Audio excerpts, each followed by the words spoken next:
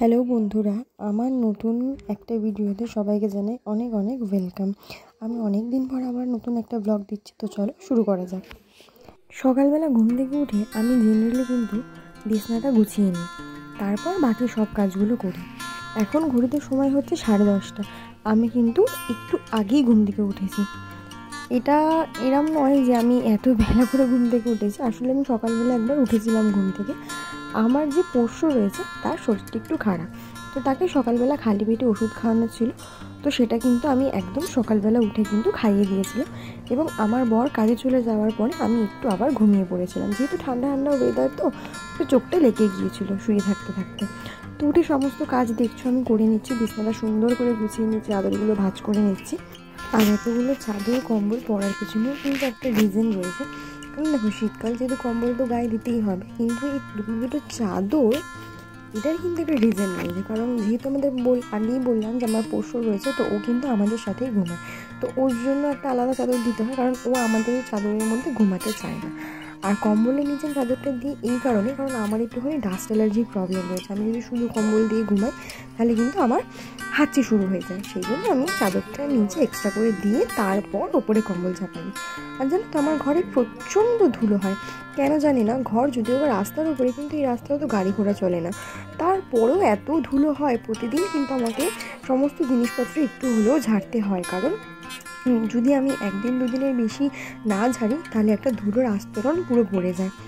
তো আমি এখানে আজকে তাড়াতাড়ি কাজটা করছি এই কারণে, কারণ কালকে ওকে ডাক্তার দেখিয়ে নিয়ে আসার পরে ওকে যে ওষুধগুলো দিয়েছিল, তো সেগুলো কিন্তু পুরোটা পাওয়া যায়নি। একটা ওষুধ সেখানে সব দোকানেই খোঁজা হয়েছে, তো কোথাও পাইনি। তো সেটা আনতে যাব বলেই আমি কিন্তু তাড়াতাড়ি করে রেডি হয়ে নিচ্ছি। আমি এখানে মুখ টুক ধুয়ে নিয়ে ফ্রেশ হয়ে নিয়েছি এবং একটুখানি স্কিন কেয়ার করে নিচ্ছি। আমি যদিও বা মুখে সেরকম একটা কিছু লাগাই না, যেহেতু উইন্টার, তো তাই জন্য একটুখানি ময়শ্চারাইজার, একটুখানি টোনার আর একটুখানি সানস্ক্রিন কিন্তু আমি এখানে মেখে নিচ্ছি। তাড়াতাড়ি ঝটপট রেডি হয়ে আমাকে ওষুধটা আনতে যেতে হবে, কারণ ওর কিন্তু সকালেই ওই ওষুধটা খাওয়ানোর রয়েছে। মানে সকালে যে ব্রেকফাস্টটা করবে তার আগে ওকে ওষুধটা খাইয়ে দিতে হবে, তাই জন্য একটু তাড়াহুড়ো লেগে রয়েছে। আমি কিন্তু ঘরে জেনারেলি সেরকম একটা কাজ করি না, মানে ওই আমার ঘরটা গুছানো, ঘর ঝাড় দেওয়া, এইটুকুই জাস্ট করি। আর নিজে যদি জামা কাপড় কিছু থাকে তাহলে সেগুলো ধুয়ে দেওয়া। আমার বাদবাকি সমস্ত যা কাজ, মানে ঘরে রান্নাবান্না থেকে শুরু করে কিন্তু এই সমস্ত কাজ আমার শাশুড়ি করে দেয়, কারণ আমাকে করতে হয় না।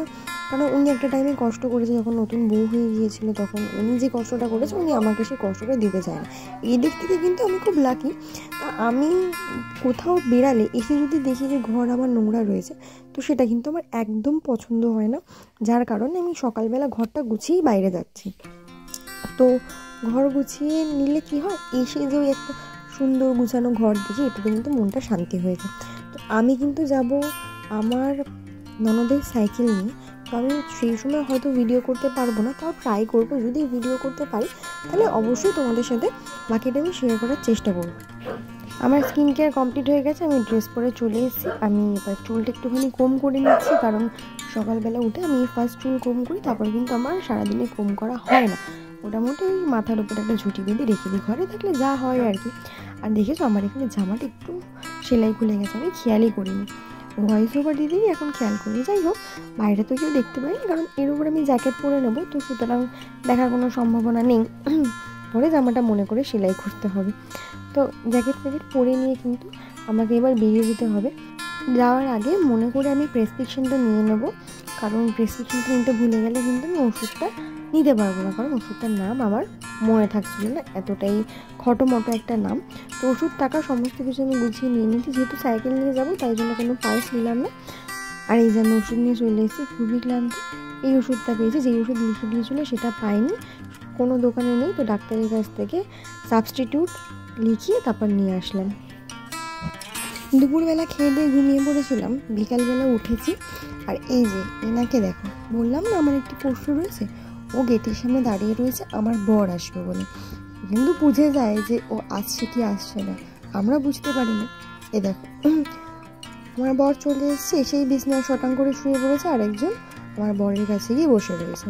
আর এখন হারগিস ওর কাছ থেকে সরবেন, কেন জানো? কারণ ওকে এখন বাইরে নিয়ে যেতে হবে। ও এসে একটু রেস্ট করতে পারবে, তার আগেই ওকে বাইরে ঘোরাতে যেতে হবে। এটা ওর অ্যাকচুয়ালি হ্যাবিট হয়ে গেছে, আর কিছুই না। আমার বড় ওকে বাইরে থেকে ঘুরিয়ে নিয়ে চলে এসছে। এবার আমি রেডি হয়ে গেছি, আমাকে নিয়ে একটুখানি বেরাবে, কারণ একটু চা খেতে যাব। আর ওর বেলটা একটু ছিঁড়ে গেছে, দেখি যদি সেলাই করাতে পারি, এখন কিনবো না। এই যে আমরা বেরিয়ে পড়েছি। আজকের মতন ব্লগটা এখানেই শেষ করছি, পরে কোনো একদিন দেখা হবে। ভালো লাগলে একটা লাইক করে দিও।